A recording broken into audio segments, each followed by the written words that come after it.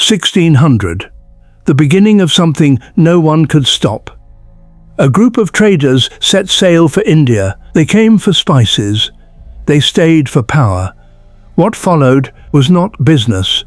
It was manipulation. It was conquest. It was control.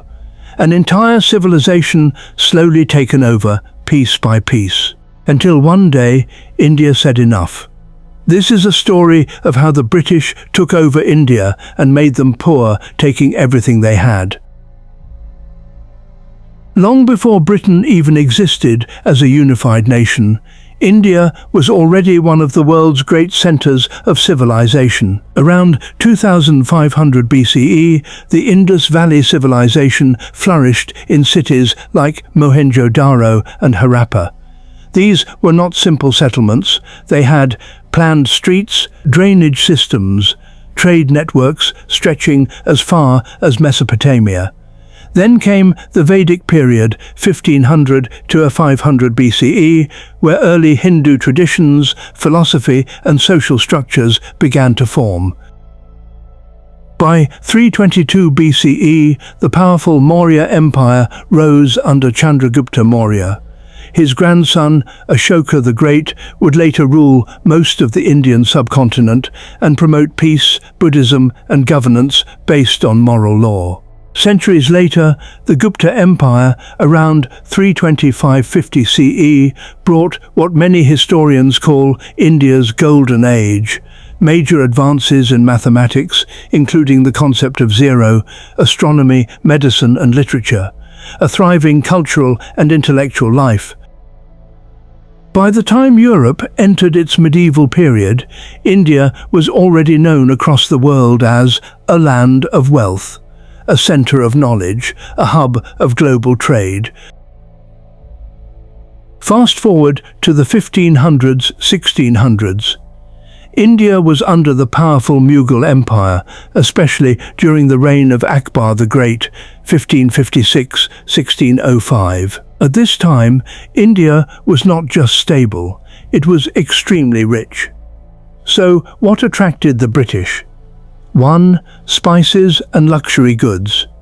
Europe was obsessed with pepper, cinnamon, cloves, silk and fine cotton. India supplied many of these directly or through trade routes. 2. Textile power. Indian cotton and silk were some of the best in the world. Made in India was already a global brand. 3. Strategic location. India sat at the heart of major trade routes connecting Asia, the Middle East, Europe. 4. Massive wealth. Cities like Delhi, Agra and Lahore were richer than many European cities at the time. To European powers, India was not just another country, it was a prize. 1600. The turning point begins. The British East India Company was formed under Queen Elizabeth I. Their goal was simple: trade, not rule. By 1608, British ships arrived in India, landing at Surat. In 1615, they gained permission from Jahangir to trade. At first, everything seemed peaceful. The British built trading posts. They exchanged goods. They respected local authority. India remained in control. But the British were patient. They were not just traders, they were observers, planners, and eventually players in Indian politics. If you're enjoying this story so far, take 1 second to like the video and subscribe to the channel. Your support helps us keep creating powerful history documentaries, just like this one. Now let's continue. 1757. Everything changes. At the Battle of Plassey, Robert Clive defeated Siraj-ud-Dowlah. But this was not just a military victory, it was built on betrayal, political manipulation, strategic alliances. With this single event, the British gained control of Bengal, one of the richest regions in India. From there, trade turned into taxation.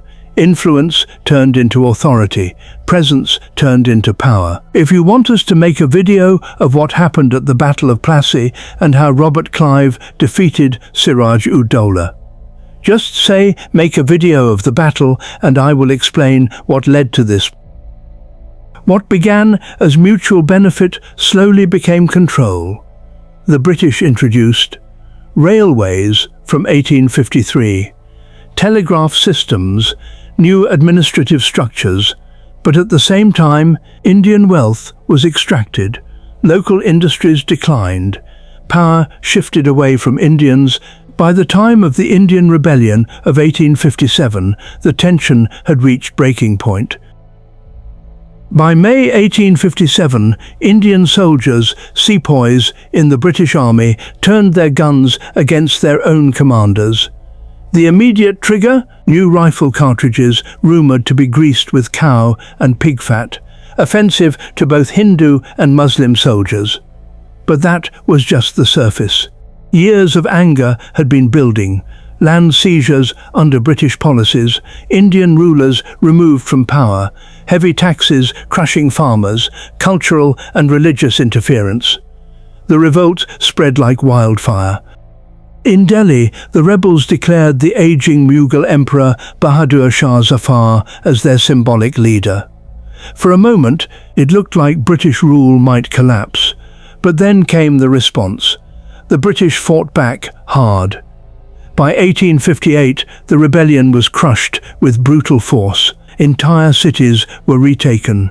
Thousands were executed. Villages destroyed. This was not just a war. It was a message. After the rebellion, Britain made a critical decision. The British East India Company was dissolved. India would no longer be controlled by a company, but directly by the British Crown. This marked the beginning of the British Raj, 1858 to 1947. Queen Victoria was declared Empress of India in 1876. Now it was official. India was the jewel in the crown of the British Empire. On the surface, the British brought railways connecting cities, telegraph line, Western education systems, a structured civil service. But beneath that order, India was bleeding. The reality, wealth flowed from India to Britain. Local industries collapsed under British import. Farmers were forced to grow cash crops instead of food. Then came the famines. The Great Famine of 1876-1878 killed millions. Food existed but was exported.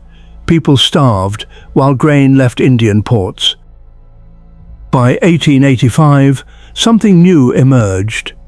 The Indian National Congress. At first, it was moderate, seeking dialogue, reform and inclusion. But over time, voices grew stronger. Leaders like Bal Gangadhar Tilak, Lala Lajpat Rai began to demand more than reform. They demanded freedom. 1919, the breaking of trust.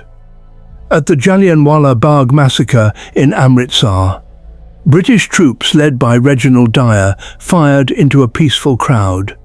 No warning, no escape. Hundreds were killed, thousands wounded. That day, something died. Not just people, trust. If you're enjoying this story so far, take 1 second to like the video and subscribe to the channel. Your support helps us keep creating powerful history documentaries, just like this one. Now let's continue. Into this anger stepped a different kind of leader, Mahatma Gandhi. He did not bring weapons, he brought strategy. His weapons, non-violence, civil disobedience, mass mobilization. Key moments: 1920, non-cooperation movement; 1930, Salt March, defying British salt laws; 1942, Quit India movement. Millions followed him. India was no longer just resisting, it was united in purpose. Then came World War II, 1939 to 1945. Britain was exhausted.